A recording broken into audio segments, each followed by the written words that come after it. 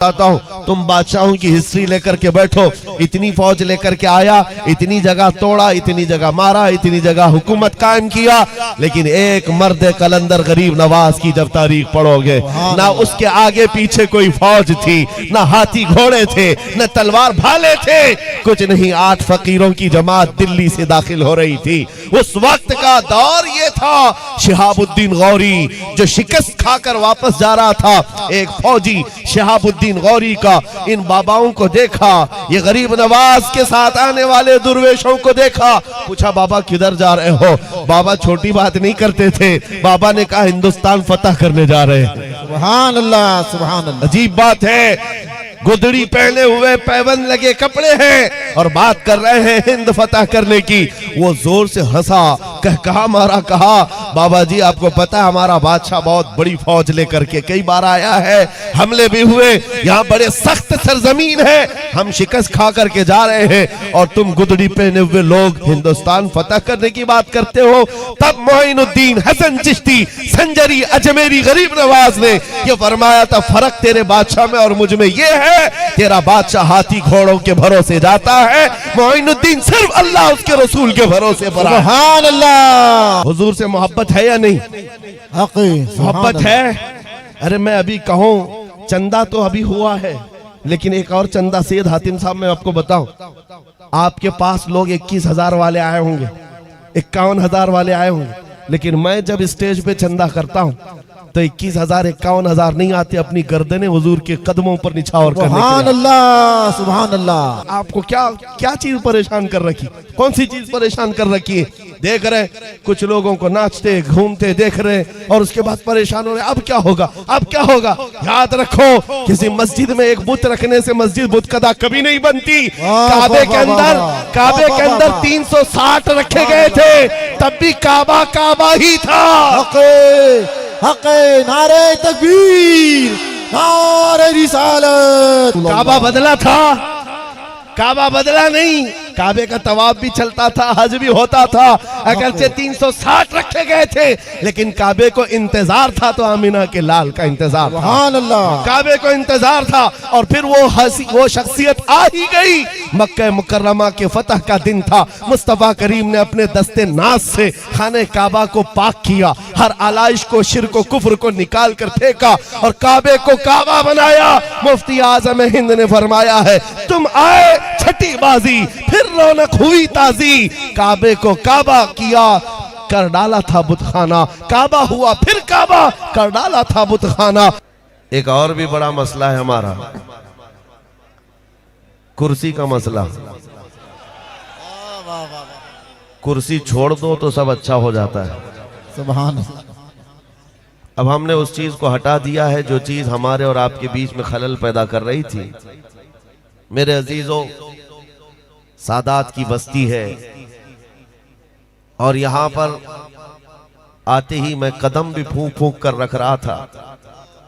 मिंबर पर बैठने में मुझे ऐसा महसूस हो रहा है कि मैं बड़ी जसारत कर रहा हूं, जुर्रत कर रहा हूं रसूल पाक की इस आल के बीच में। मेरे अजीज रफीक मोहतरम हजरतुल अल्लाम सैयद हातिम चिश्ती साहब अदाम अल्लाह इकबालु, आपने हुक्म फरमाया इसलिए मैं कुर्सी पर बैठा, इसलिए कि अल अम्रु फौकल अदब, हुक्म को मानना भी अदब ही है। आपने फरमाया कुर्सी यहां स्टेज पर लगाएं तो किस किस के लिए लगाएं? हर एक सैयद ज़ादा है। अजीजा ने गिरामी वकार, इस बस्ती ने आसपास में जो नूर फैलाया है और जो बरकतों का यहाँ समा नजर आ रहा है, इसी से अंदाजा लगाओ रात के 12 बज चुके और ठंडियों की कड़ाके की रातें हैं।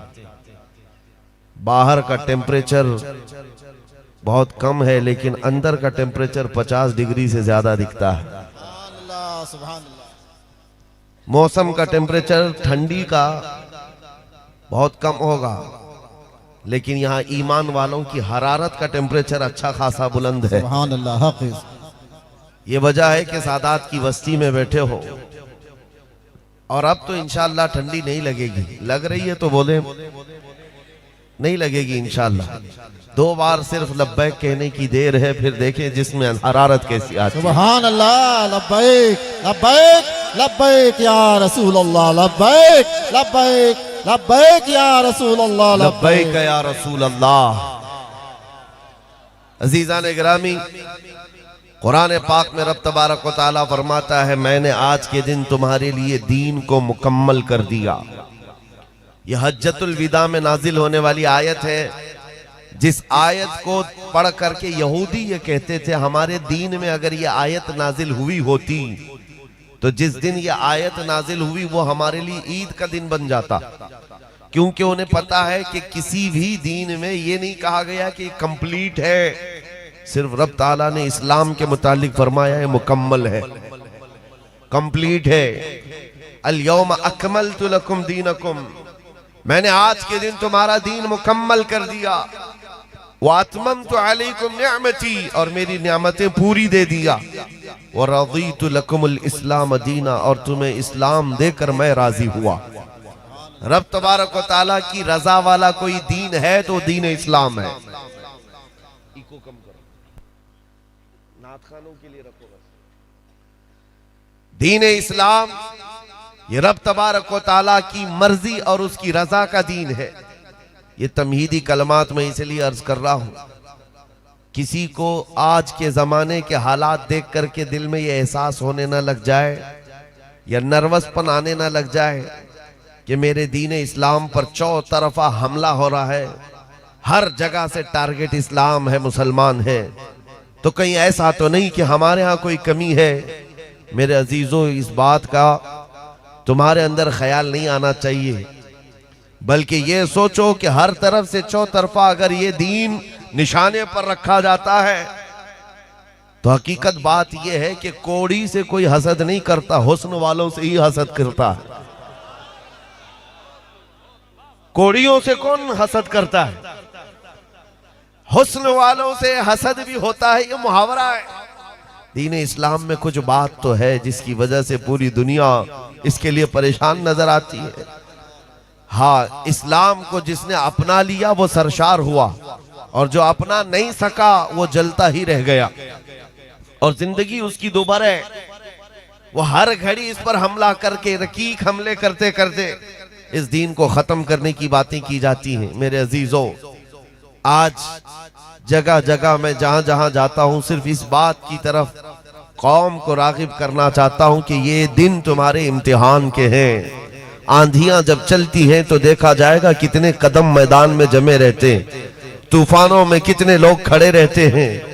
आज कुफ्र और शिर्क की आंधियां बहुत तेज चल रही हैं, तुम्हारे इम्तिहान की घड़ी है। कितने हैं जो पार्टी बदल करके इधर से उधर निकल जाएंगे, कितने हैं जो दामन मुस्तफा को छोड़कर किसी और की धोती में पनाह लेने की कोशिश करेंगे। इस दौर में तुम्हें नजर आएगा कुछ जुब्बे टोपी वाले, दाढ़ी कुब्बे वाले भी कहीं पूजा पाठ के लिए भी चले जाएंगे। सत्ता वालों की, हुकूमत की चापलूसी के लिए उनकी जूतियां भी उठा लेंगे। ये वो लोग हैं जो अपने घर में कंफर्ट नहीं है, जिनको अपने घर की हकीकत मालूम नहीं। वो बंदा दूसरे घर की तरफ देखे जिसके घर में छत ना हो। इस्लाम ने हमें किस चीज की कमी दी है? कौन सी चीज कम है जो दुनिया की तरफ ये नजर उठाकर देखे? कुरान कहता है, वमन यब्तगी गैरल इस्लामी दीनन फलन युक़बल मिन्हु व हुवा फिल आखिरति मिनल खासिरीन। जो इस्लाम के अलावा किसी दूसरी तरफ रुख भी करे, कयामत के दिन वो सबसे ज्यादा घाटा उठाने वाला होगा, सबसे ज्यादा नुकसान उठाने वाला होगा। तुम्हारे पास पैदाइश से लेकर के मौत तक का हर मसला इस्लाम ने वाज़ेह तरीके से बयान किया है। कमी होती तो तुम इधर उधर जाते, किस चीज की कमी है? यहाँ पर नबी पाक सल्लल्लाहु अलैहि वसल्लम ने अपने अखलाक से, सहाबा ने तालीमात से इतना रोशनास किया है। ऐ सुन्नियो, अगर तुम्हें कोई पूछता है कि दीन इस्लाम पर तेरा यकीन है या शक है, उससे मुंह पर यह बात कह देना, सूरज की रोशनी पर मुझे उतना यकीन नहीं जितना दीन इस्लाम के सच्चा होने पर यकीन। सुभान अल्लाह, सुभान अल्लाह। दीन इस्लाम के सच्चा होने पर जितना यकीन है, मुझे दिन के निकले हुए सूरज पर उतना यकीन नहीं है। और जब इतना यकीन पैदा हो जाता है तब आदमी बेखौफ होता है, यूं ही हम आग में कूदने की बात नहीं करते, सुभान अल्लाह, यूं ही नहीं सुभान करते। अल्लाह। जिसको शक हो वो गूफे में बैठकर बात करेगा, जिसको यकीन हो वो मैदान में आकर बात करे। बहुत खूब, सुभान अल्लाह, सुभान अल्लाह। यकीन है। अजीजा ने गिरामी, नबी पाक सल्लल्लाहु ताला अलैहि वसल्लम की मोहब्बत में सिर्फ आपसे एक सवाल करता हूं, हम सुन्नियों की जान, हमारा ईमान, हमारा ईकान हुजूर की जात है। हुजूर पाक सल्लल्लाहु ताला अलैहि वसल्लम को बज़ाहिर इन आंखों ने जिंदगी में देखा नहीं, लेकिन दिल में इतना यकीन कि जिसके मुतालिक बरेली के इमाम कहते हैं, सर कटाते हैं तेरे नाम पे मर्दान अरब। सुभान अल्लाह, सुभान अल्लाह। हमारा सर भी कट जाता है सिर्फ नाम पर, देखा नहीं, देखा होता तो फिर सब कुछ फना कर देते। करूं तेरे नामों पे जां फिदा, न बस एक जां दो जहां फिदा, दो जहां से भी नहीं जी भरा, करूं क्या करोड़ों जहां नहीं। अजीजा ने गिरामी, आज यकीन की कैफियत तुम्हारे दिलों के अंदर आ जाए, बस मेरा मुतालबा इतना है। ये जो तजल्जुल आया है, ये जो डगमगाहट है, कदमों में फिसलाहट है, इसको दूर करना है और यकीन की ऐसी दौलत तुम्हारे अंदर हो, दुनिया इधर से उधर हो जाए, मेरा दीन झूठा नहीं हो सकता। मेरा दीन झूठा नहीं है, ना ही नबी पाक सल्लल्लाहु ताला अलैहि वसल्लम की तालीमात में कोई शुबा है, झूठ है। इसलिए कि शैतान, कुरान में अल्लाह ताला फरमाता है वज़य्यन लहुमुश शैतानु अअमालहुम, शैतान जो है सारे अमाल को सजा करके तुम्हारे पास लाता है, दूसरों की बहुत सारी अच्छी अच्छी चीजें। वो देखो आज तख्ता किसकी तरफ है, पावर किसके पास है, पूरी दुनिया की मल्टीनेशनल कंपनियां किसके हाथ में है। बार